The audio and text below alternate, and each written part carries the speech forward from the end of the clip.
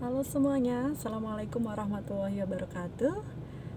Dan yang pertama, secara spesial saya ingin menyapa dosen saya, Bapak Dr. Rahman Amin, yang mau nggak mau membuat kami mahasiswa kelas 2B Fakultas Hukum Universitas Bayangkara untuk menjadi YouTuber. Gak apa-apa, terima kasih Pak. Jadi mungkin ini seperti saya yang biasanya tidak berniat jadi YouTuber, termotivasi mau nggak mau harus membuat video presentasi ini. Oke, dan juga spesial say halo untuk teman-teman Fakultas Hukum Universitas Bayangkara, dan spesial lagi teman-teman di kelas 2B angkatan 2019. Baik, dalam video ini saya akan mempresentasikan salah satu materi kita tentang dalam hukum kepolisian, ya, mata kuliah hukum kepolisian. Nah, ini juga spesialnya Fakultas Hukum Universitas Bayangkara, ada mata kuliah hukum kepolisian yang pastinya tidak dipelajari, belum tentu dipelajari di Fakultas Hukum Universitas lain. Dan kali ini kita akan berfokus pada materi, saya ingin mempresentasikan berfokus pada materi tugas dan wewenang Polri atau Kepolisian Republik Indonesia. Jika saya punya kesempatan membuat sosial eksperimen, saya jadi membayangkan saya pengen di jalan gitu wawancara, ingin tahu pendapat masyarakat apa sih menurut teman-teman atau saudara apa tugas dan wewenang Polri. Tapi ini lagi musim corona, jadi saya presentasi lebih secara normatif saja. Oke, yang pertama, perlu juga kita menengok di konstitusi kita. Undang-Undang Dasar 1945 menegaskan tentang peran Polri, yaitu penegasan pemisahannya setelah era reformasi.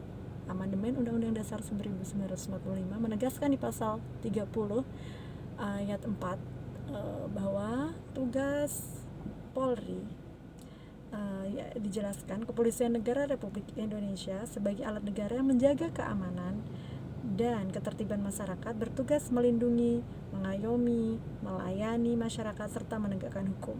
Ya, kemudian berdasarkan ketentuan tersebut, maka pada tanggal 18 Agustus tahun 2000 MPR menerbitkan ketetapannya, maksud saya nomor 6/MPR/2000 tentang pemisahan Tentara Nasional Indonesia dan Kepolisian Negara Republik Indonesia. Jadi kalau dulu semua itu dalam satu wadah ABRI, ya, di masa Orde Baru, setelah reformasi dengan amandemen Undang-Undang Dasar 1945, kemudian ditegaskan lagi melalui TAP MPR nomor 6/MPR/tahun 2000, Polri terpisah dari Angkatan Bersenjata Republik Indonesia, dan ABRI pun bertransformasi menjadi Tentara Negara Indonesia yang tugas utamanya adalah untuk pertahanan negara. Dan Polri mempunyai tugas khusus untuk menjaga keamanan, ketertiban dalam negeri, dan lebih berfokus pada masyarakat sipil. Nah, kemudian melalui Undang-Undang Nomor 2 Tahun 2002 tentang Polri, nah, kita bisa melihat secara umum kepolisian adalah segala hal ihwal yang berkaitan dengan fungsi dan lembaga kepolisian dengan perundang-undangan, sesuai perundang-undangan. Jadi Polri, Kepolisian Republik Indonesia, adalah pelaksana undang-undang positif juga. Dalam hal ini adalah undang-undang pidana.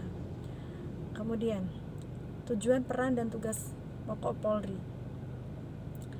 Tujuan kepolisian menurut pasal 4 Undang-Undang Polri yaitu terpeliharanya keamanan dan ketertiban masyarakat, tertib dan tegaknya hukum, terselenggaranya perlindungan, pengayoman, dan pelayanan kepada masyarakat, serta terbinanya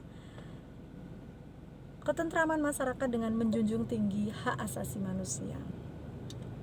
Peran kepolisian menurut pasal 5 ayat 1 Polri yaitu memelihara keamanan dan ketertiban masyarakat, menegakkan hukum, memberikan perlindungan, pengayoman, dan pelayanan kepada masyarakat dalam terpeliharanya keamanan dalam negeri. Kemudian lagi masih dalam Undang-Undang Nomor 2 Tahun 2002 tentang Polri, tugas pokok kepolisian menurut pasal 13 Undang-Undang Nomor 2 Tahun 2002 tentang Kepolisian Negara Republik Indonesia adalah memelihara keamanan dan ketertiban masyarakat, menegakkan hukum, memberikan perlindungan, pengayoman, dan pelayanan kepada masyarakat.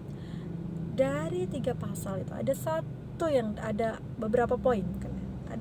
Kita bisa tarik garis besarnya. Yang diulang-ulang terus dalam beberapa pasal adalah perlindungan dan pengayoman terhadap masyarakat. Nah, luar biasa ya tugasnya Polri ini. Kebayang ya pasti betapa beratnya tugas itu. Nah, di tengah situasi sekarang ya, yang situasi di Indonesia ya, karena ada stigma terhadap Polri, dan kita tidak bisa menafikan juga, mungkin kita menemukannya, beberapa dari kita menemukan realitas begitu di lapangan. Misal masyarakat akan dengan gampang, polisi itu siapa sih? Itu biasanya yang ngatur lalu lintas, itu yang mudah kita ketemu ya, tukang tangkap pencuri atau tukang tilang kalau ada yang melanggar sebenarnya ya. Cuman biasanya juga ada sebagai untuk kritik karena emang ada oknum yang melakukan misal tukang tilang dan nanti bisa damai di tempat. Nah, mungkin tuh sebagai kritik kita masyarakat yang peduli pada Polri, tapi itu kan oknum. Dan perlu juga apalagi khusus pada Sivitas Akademika Fakultas Hukum untuk mengerti secara normatif juga betapa besar tugas dan wewenang Polri dan pastinya berat gitu kan.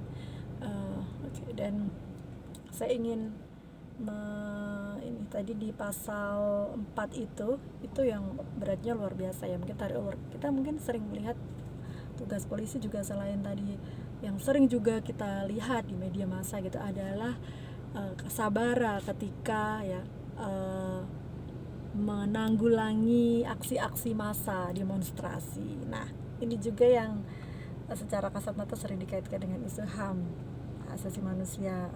Polisi, bagaimana perlakuan polisi pada para demonstran, atau misalnya mungkin dianggap ada yang ditangkapin, kemudian ketika ditangkap bagaimana diperlakukannya gitu. Apakah perlakuannya sesuai dengan standar hak asasi manusia atau tidak, sedangkan ditegaskan sebenarnya dalam tujuan kepolisian menurut pasal 4 Undang-Undang Polri, yaitu terpeliharanya keamanan dan ketertiban masyarakat, tertib dan tegaknya hukum, terselenggaranya perlindungan, pengayoman dan pelayanan kepada masyarakat, serta terbidanya ketentraman masyarakat dengan menjunjung tinggi hak asasi manusia.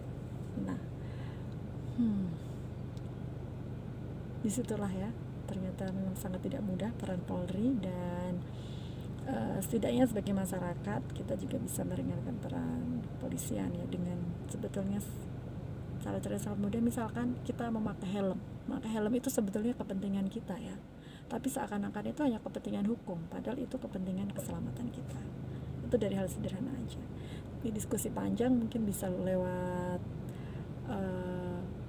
tayangan YouTube saya selanjutnya yang berisi diskusi ya, tidak presentasi monolog dari saya sendiri.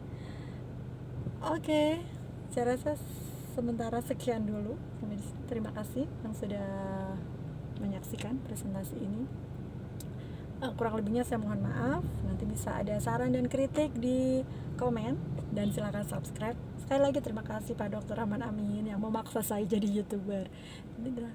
Waalaikumsalam warahmatullahi wabarakatuh.